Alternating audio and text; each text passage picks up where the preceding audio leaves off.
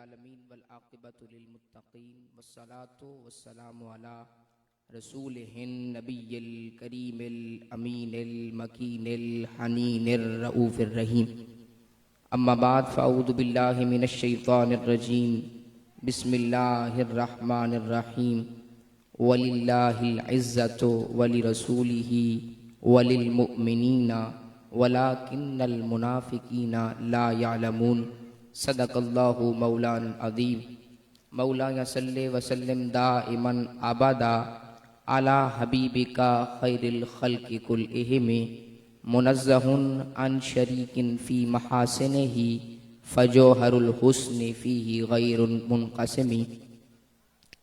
کچھ لے اٹھو اہل صفا کے در سے، کچھ لے اٹھو اہل صفا کے در سے، یہ در ہے قریب مصطفیٰ کے در سے۔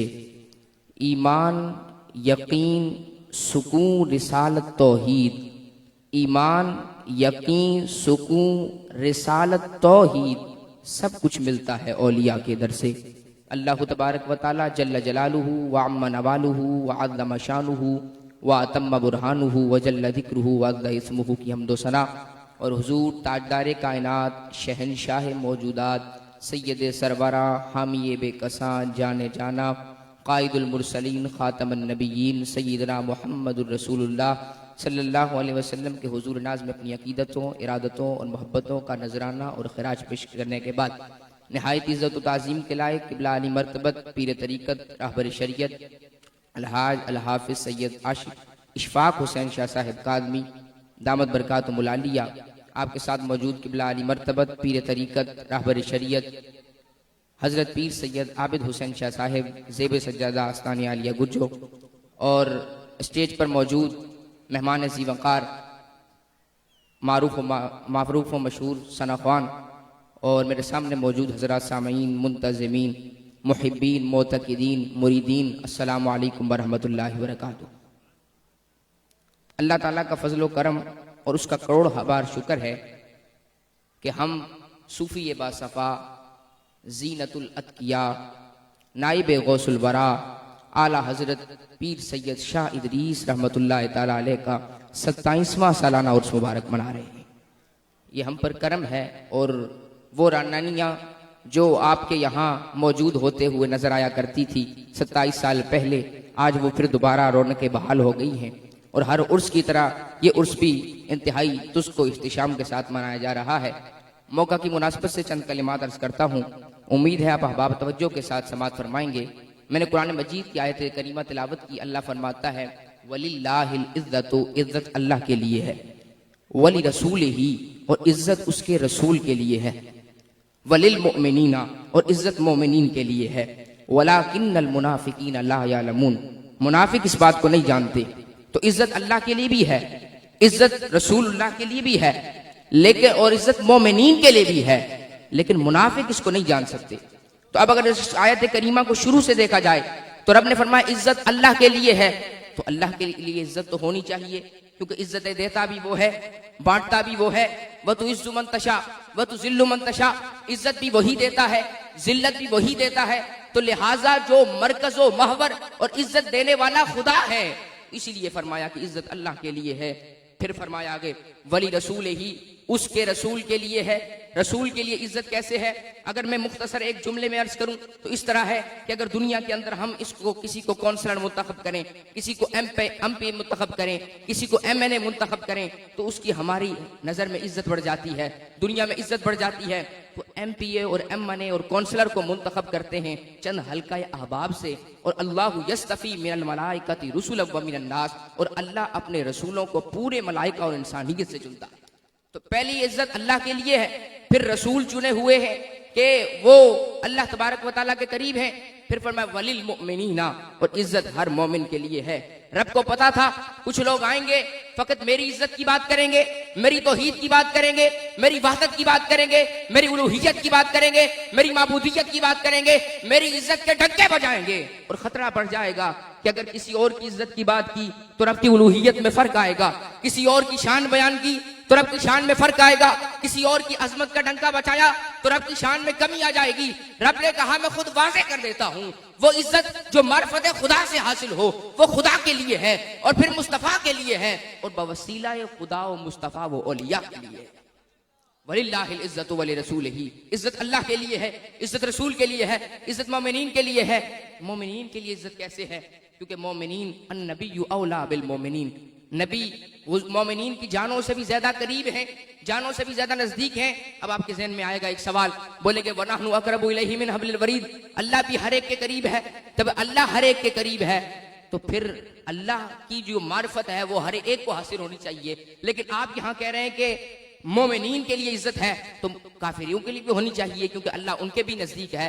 تو یہاں بات ساری معرفت کی ہے, بات ساری سمجھنے کی ہے.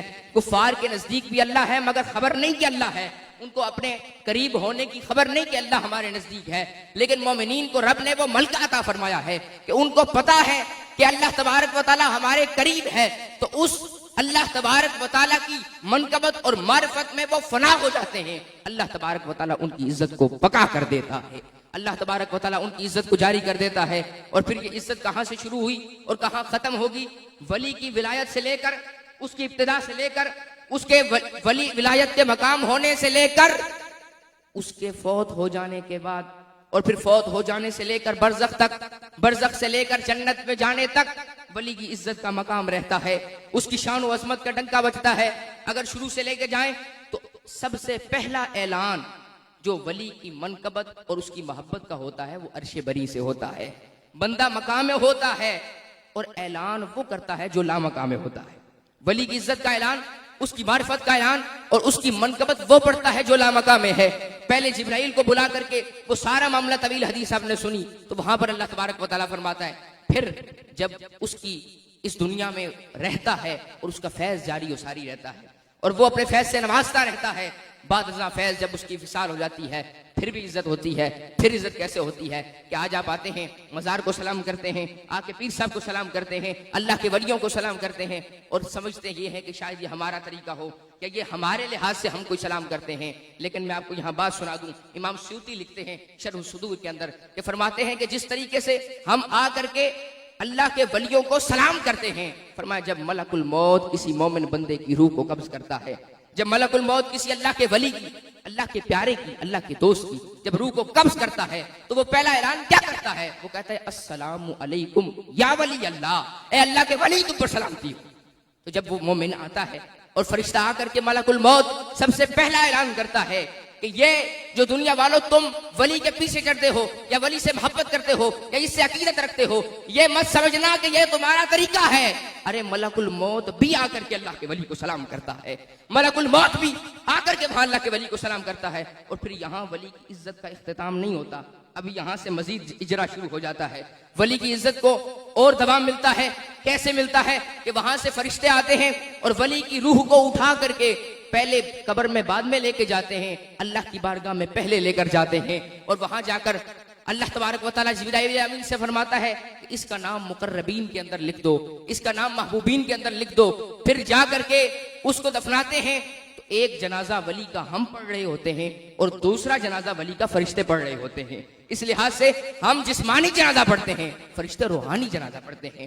پھر جب قبر میں منتقل کر دیا گیا, پہلا سوال, پھر دوسرا سوال, پھر تیسرا سوال, اس کے بعد اعلان نم سو جا کنومت العروس, جیسے کہ دلہن سوتی ہے, جیسے کہ دلہن کا سونا ہے تو ویسے سو جا کنومت العروس, جیسے کہ دلہن سوتی ہے.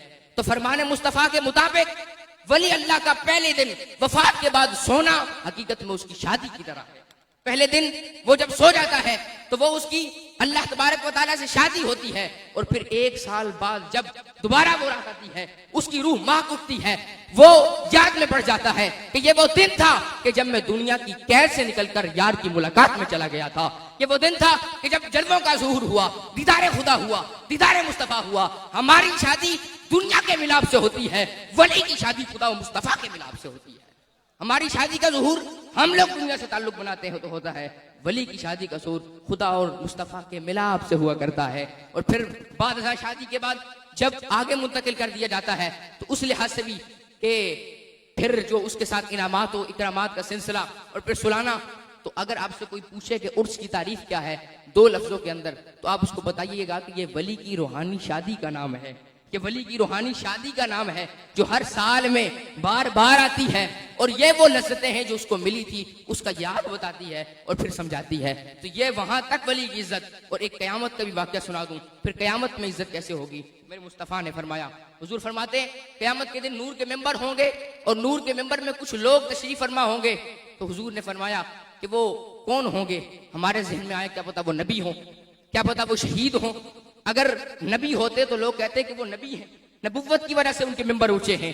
اگر شہید ہوتے تو شہادت کی وجہ سے ان کے ممبر اونچے ہوں گے. اور فرمایا نہ نبی ہوں گے نہ شہید ہوں گے. فرمایا کون ہوں گے؟ نور کے ممبر ہوں گے، اور ہوں گے بھی سب سے بلند. اور فرمایا نبی اور شہید بھی ان ممبروں پر رشک فرمائیں گے.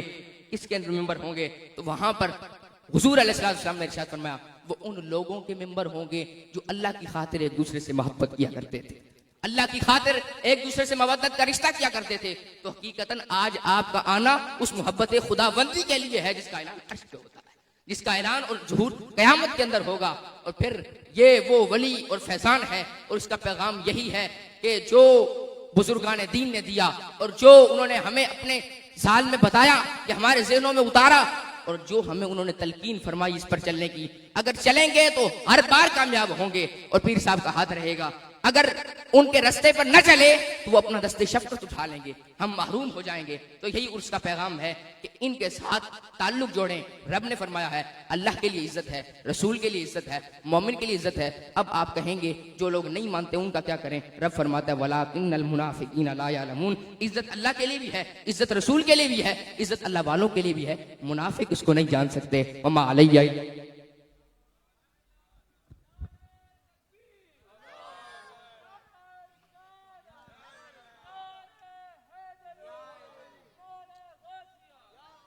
بہت ہی خوبصورت انداز میں حافظ شمس الدین بیان فرما رہے تھے، مختصر جامع